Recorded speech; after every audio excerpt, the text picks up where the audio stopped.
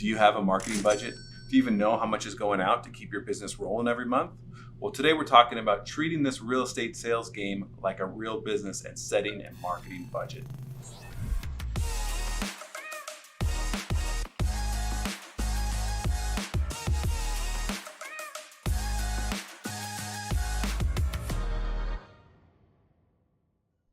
What's happening? J.C Agajanian here, broker associate with the Whissel Realty Group, and today we're talking about setting a marketing budget inside of your real estate business.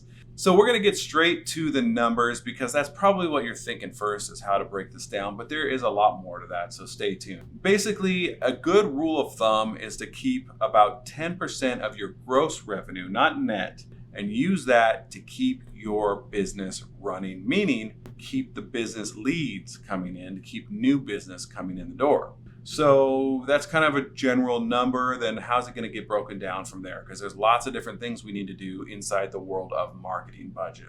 Obviously, the first thing we're going to do is try and break it down by segments or categories or really your main lead pillars. Like that's the most important part is where's your business coming from? Examples of this are your farming efforts, online leads or direct response leads, kind of like a pay-per-click type of thing. This could be on Google or on social media. You're going to focus on branding, getting people to know who you are and what your mark looks like, to recognize that when they see that.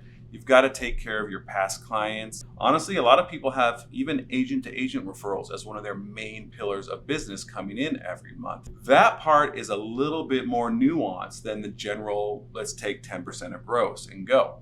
Included in that list was branding, and a great example of that is giveaways. You know, the swag stuff that you want to put your logo on and hand out to people that you've either worked with or would like to work with in the future.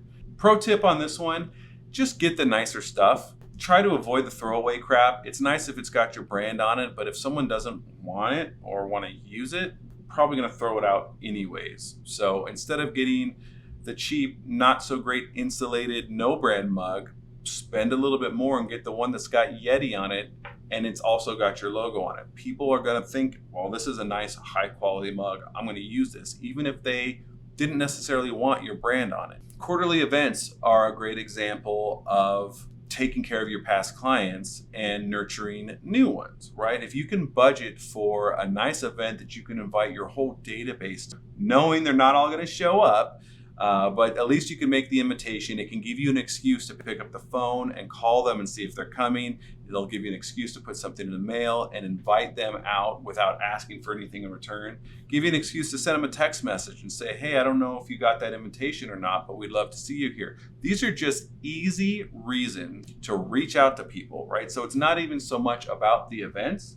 The events are great, and we got to have them, but it's more about the surrounding efforts around these quarterly events. So even if they're not a blowout big budget event, create something you can sustain on an annual basis and use that as the reason for all these surrounding efforts, and it's going to pay off for you. In almost all scenarios, we do have a consistency requirement. And what I mean by that is if you're going to start farming a neighborhood that you want to work in, for example, you can't do it once. You can't even do it for a month, 2 or 3 times. You've got to settle in and plan on doing this for a long period of time, at least a year or 2.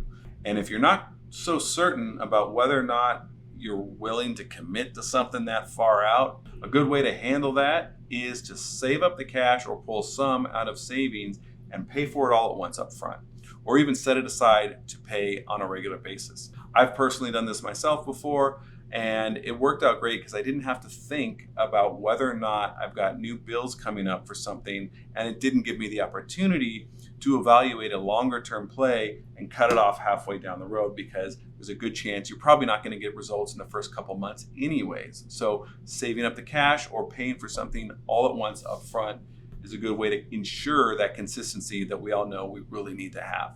This is a great hack to help bring that initial number down. We talked about using roughly 10% of gross revenues as your marketing budget, and that's a great plan, but you can take that number and not all of it has to come from your bank account.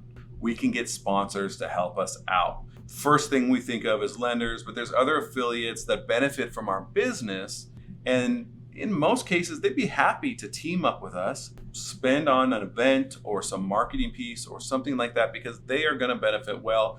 They already know that you're giving them business that's not coming from this new lead source. So why wouldn't they partner with you to make something new happen and get even more of it? Pay-per-click leads and social media advertising can really get out of hand, and you can spend a lot of money in a hurry.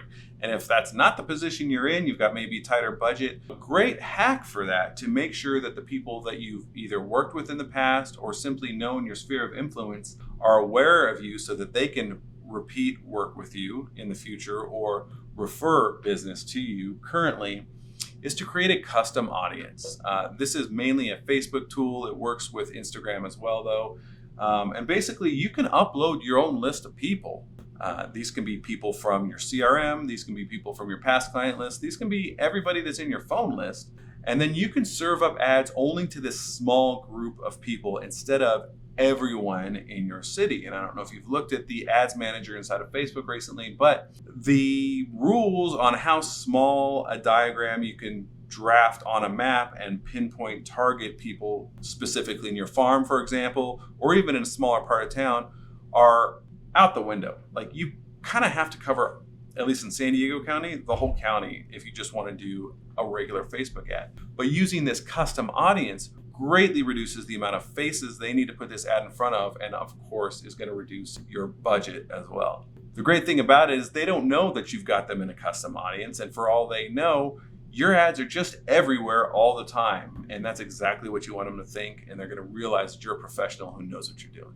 I'm hoping this goes without saying, but after going into the weeds with percentages and various lead generation pillars, we should take a step back and just realize, before creating this marketing budget, we got to assess the annual average income of your business. Of course, we need to make sure personal expenses are accounted for. We are assuming that you have an excess of not only personal covered for your income as well as your expenses, but also more here to work with. And if you're not already in a position to have extra at the end of every month, then we've got a different problem we need to solve for, and that's just increasing production, which is a whole different topic. But assuming that's all good, then you can take that number and hopefully you can come up with that 10% that we're talking about.